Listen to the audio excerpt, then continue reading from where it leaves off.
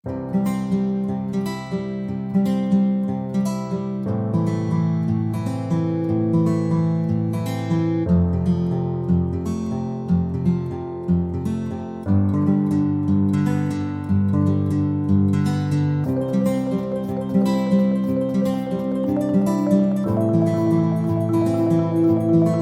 apa yang kita ajarkan pada murid kita.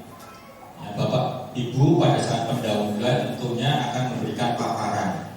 Nah, paparan ini juga harus menyesuaikan dengan kesiapan siswa, minat siswa maupun gaya belajar siswa. Karena kita sudah memetakan tadi, ya, otomatis pada saat kita memberikan pembelajaran secara konten, secara pembelajaran pengetahuan awal kepada siswa kita, tentunya kalau ada anak yang senang dengan visual, ya kita harus menggunakan visual. Misalkan kita menggunakan peralatan LCD dengan video, mungkin dengan laptop, mungkin anak jika memungkinkan membawa HP juga bisa browsing sendiri, ya, atau menggunakan auditori mendengarkan. Otomatis kalau memberikan dengan video, otomatis auditorinya juga terpenuhi. Atau menggunakan cerpen, menggunakan gambar, menggunakan media yang lain yang memenuhi pemetaan yang sudah kita lakukan. Nah, sehingga pada saat kita memberikan pembelajaran konten ini, kita tidak seluruhnya kita berikan. Mungkin pada pertemuan ini, ya, pada materi pada hari ini kita menggunakan visual. Otomatis yang senang dengan visual terpenuhi. Mungkin pertemuan kedua besok menggunakan auditori, atau pertemuan selanjutnya menggunakan yang kinestetik, menggunakan gerakan. Maka Bapak Ibu kalaupun ada anak yang belajar gaya belajarnya itu harus muter-muter, ya itu tidak disalahkan. Ya memang kinestetik beliau dalam menghafal, dalam belajar memang seperti itu. Ya, maka kalau kita walinya Pak Edi Suparno itu Anissa itu harus ngumpet dulu, belajar tulis di bawah. Ya udah dibiarkan karena gaya belajar beliau seperti itu. Ya, karena gaya belajar beliau seperti itu, yang terpenting tujuan dari pembelajaran itu terpenuhi. Nah, untuk yang proses Bapak Ibu, ya, ini ada beberapa cara untuk melakukan berdiferensiasi dengan proses, yaitu yang pertama kegiatan berjenjang dengan keterampilan yang sama. Berarti kita memberikan satu kelas itu keterampilan yang sama, tetapi tingkat dukungan dan tantangan yang berbeda sesuai dengan kesiapan setiap anak. Karena kesiapan belajar anak mungkin akan berbeda-beda.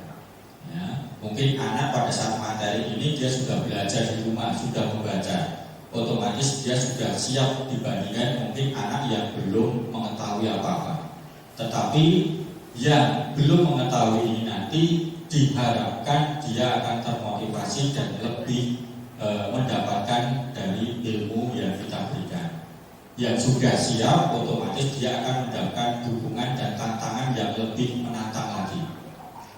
Yang kedua, memberikan pertanyaan pemandu atau tantangan yang perlu diselesaikan di sudut-sudut minat. Anak itu punya minat Bapak Ibu.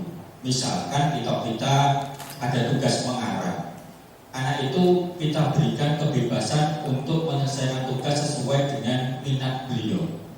Anak mungkin senang dengan mengarang kisah nyata, yang sudah kita berikan. Anak mungkin mengarang dengan khayalan, anak mengarang pengalaman, anak mengarang cerpen maupun yang lainnya, sesuai dengan minat dari masing-masing anak itu. Yang ketiga, membuat agenda individual. Misalkan ada pekerjaan umum yang diberikan sama dalam satu kelas, dan juga ada pekerjaan sesuai dengan kebutuhan individu masing-masing. Kita memberikan soal yang sama dalam satu kelas, tapi kita juga memberikan soal-soal sesuai dengan kebutuhan kesiapan masing-masing anak. Ini sebagai tambahan dukungan. Yang keempat, memvariasi lama waktu, yaitu memberikan waktu dukungan bagi siswa yang belum menguasai menguasai atau yang masih kesulitan. Ya, maka otomatis kita memberikan waktu tambahan kepada siswa yang belum menguasai materi.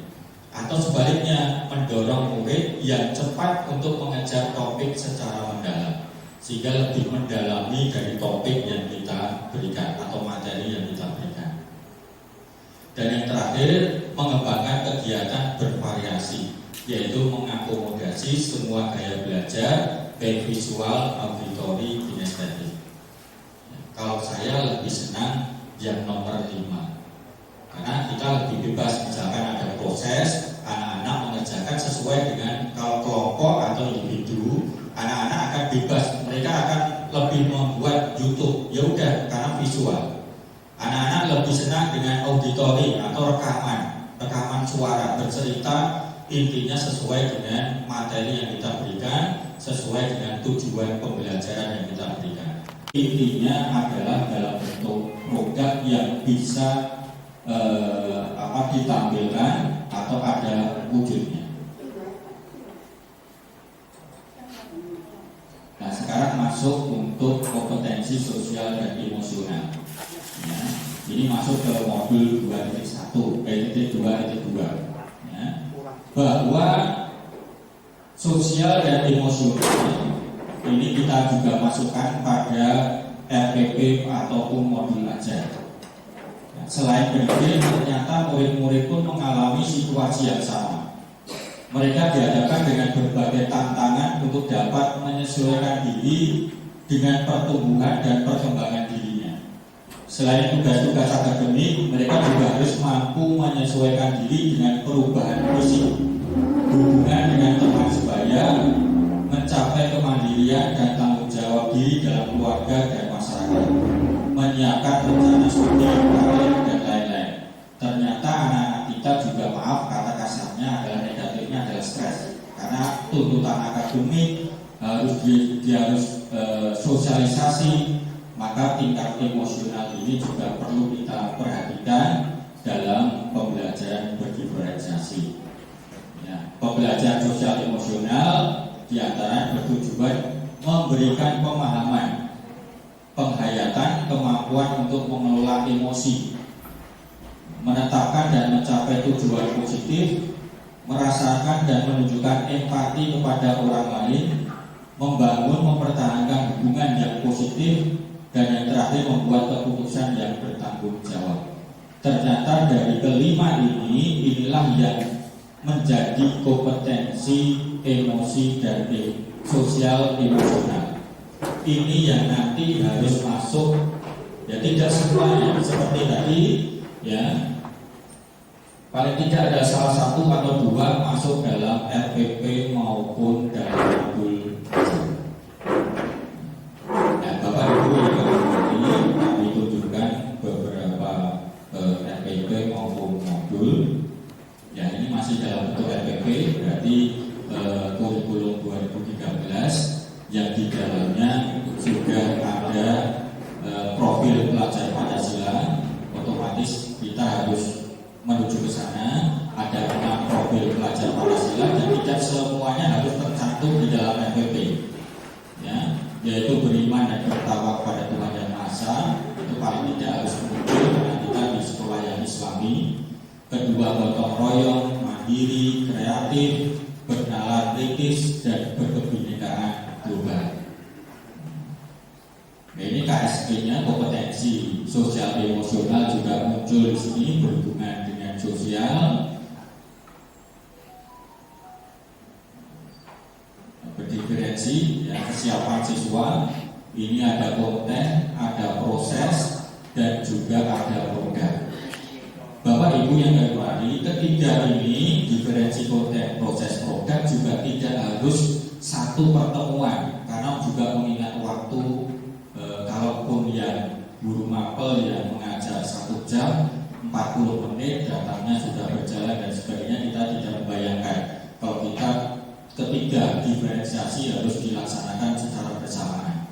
Mungkin pertemuan sekarang, mungkin konten dulu. Mungkin untuk RPP pertemuan selanjutnya menggunakan yang proses. Mungkin pertemuan selanjutnya adalah mengumpulkan produknya. Mungkin seperti itu. Ya.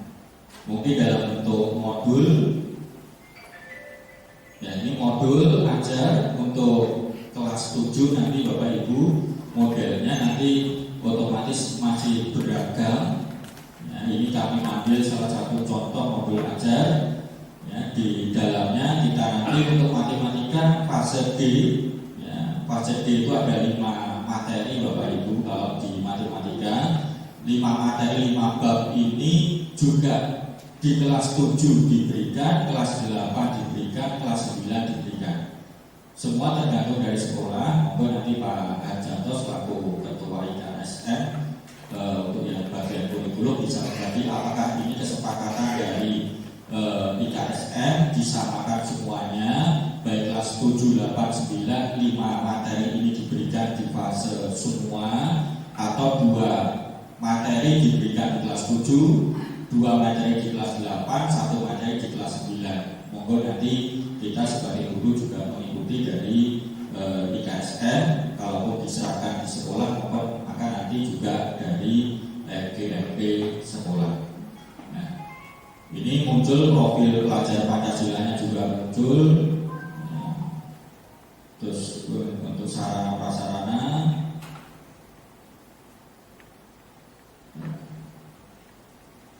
Nah, untuk yang pembelajaran di sini konten juga muncul, prosesnya juga muncul, dan nanti juga produknya juga muncul. Nah, ini Bapak Ibu untuk pembelajaran yang kita song-song di tahun pelajaran yang akan datang, tentunya di kelas 7 untuk kurikulum Merdeka. Yang pertama, profil Pancasila itu harus ada dalam setiap pembelajaran kita, ada 6. Yang kedua, kita juga harus memetaan dari kesiapan siswa, minat siswa maupun gaya belajar atau profil belajar siswa. Dan di dalam pembelajaran ini paling tidak ada konten, proses maupun produknya.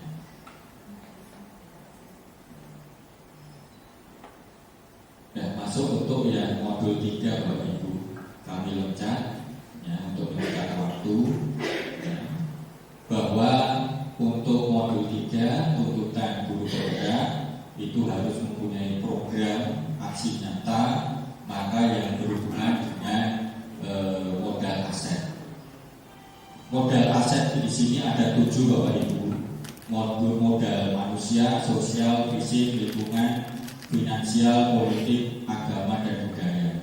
Bapak Ibu dalam pembelajaran manfaatkan modal aset ini untuk pelaksanaan pembelajaran selain untuk kegiatan sekolah. Misalkan dalam pembelajaran kita mempunyai modal lingkungan. Lingkungan kita ada balai kota, ada masjid agung, ada keraton. Manfaatkan itu dalam untuk proses pembelajaran yang berpihak pada murid. Otomatis anak akan tidak sekedar konten cerita dari kita, tetapi anak juga berproses bisa melaksanakan pembelajaran di tempat itu dan dimanfaatkan sebaik-baiknya. Nah, untuk kegiatan yang akan saya lakukan, saya mengambil 4 modal aset ini untuk kekuatan atau dukungan. Yang pertama modal manusia, jelas Bapak Ibu yang berkiprah di SMP Muhammadiyah 1 orangnya adalah SDM yang baik semuanya, yang unggul, sosial, lingkungan, dan finansial. Ya, nanti otomatis lingkungan di sini nanti akan kami manfaatkan lingkungan yang ada di sekolah, termasuk nanti bank, termasuk nanti sekolah-sekolah SMK dan semuanya. Nah, kegiatan apa yang akan saya lakukan, yaitu adalah usaha adanya marketplace di lingkungan sekolah. Ini belum banyak dilaksanakan di semua sekolah. Saya izin kepada kepala sekolah pada hari ini untuk mencoba melaksanakan marketplace di lingkungan sekolah. Tujuan di sini yaitu bagaimana orang tua siswa dapat memenuhi otomatis pembayaran sekolah. Karena kita mengetahui bahwa orang tua kita tidak semuanya pegawai Bapak Ibu. Orang tua kita, orang tua dari siswa banyak pedagang maupun kecil dan semuanya, dan ini kita manfaatkan, kita gunakan untuk menampung beliau untuk branding hasil dagangan beliau. Yang saya upayakan di sini bagaimana bentuk komunitas juga antara sekolah bersama siswa, orang tua, dan lingkungan sekolah. Di samping di sini berpihak kepada siswanya bagaimana anak-anak belajar aritmatika sosial maupun ekonomi. Di sini nanti otomatis kita akan memberikan pembelajaran dan pandangan kepada siswa kita bagaimana menjadi entrepreneur. Marketplace inilah nanti akan kami rancang, kami susun, karena nanti 3 bulan yang akan datang baru diminta oleh pemimpin kami.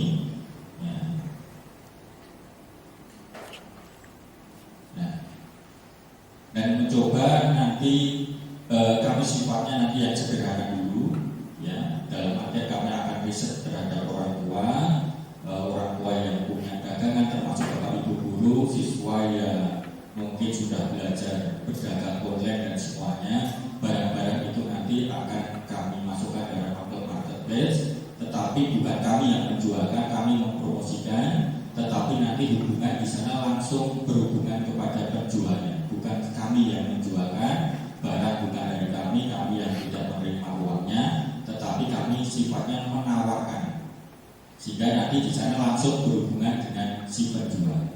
Ini adalah marketplace yang di lingkungan sekolah, ya, nanti berimbas untuk promosi sekolah maupun untuk lingkungan sekolah untuk beriklan. Ini pengembangannya di sana, dan nanti juga memberikan pembelajaran tadi aritmatika sosial maupun ekonomi kepada anak-anak kita, karena zaman sekarang adalah zamannya global, IT semuanya menggunakan sistem online. Demikian Bapak Ibu yang kami berikan, kami butuh dukungan dari Bapak Ibu, terutama Bapak Kepala Sekolah, karena tugas dari CTP ini dilihat ringan ya ringan, dilihat berat ya berat. Beratnya memang pelaksanaan aksi nyata harus mendapatkan dukungan dari Bapak Kepala Sekolah maupun Bapak Ibu guru semuanya. Nah, untuk Bapak Ibu yang calon CDP angkatan ke-7, insya Allah nanti kalau pengumuman dan diterima untuk melanjutkan wawancara untuk mengajar, ya, nanti bisa langsung menggunakan berdiferensiasi, sehingga nanti otomatis nanti asesor juga akan mengikuti bahwasanya ini dampak dari calon guru penggerak sebelumnya. Demikian dari kami Bapak Ibu, terima kasih. Selamat nanti dalam liburan kita belajar untuk menuju MPP maupun mobil ajar yang berpihak pada murid ataupun yang menggunakan kurikulum pendidikan. Terima kasih. Assalamualaikum warahmatullahi wabarakatuh. Kami berikan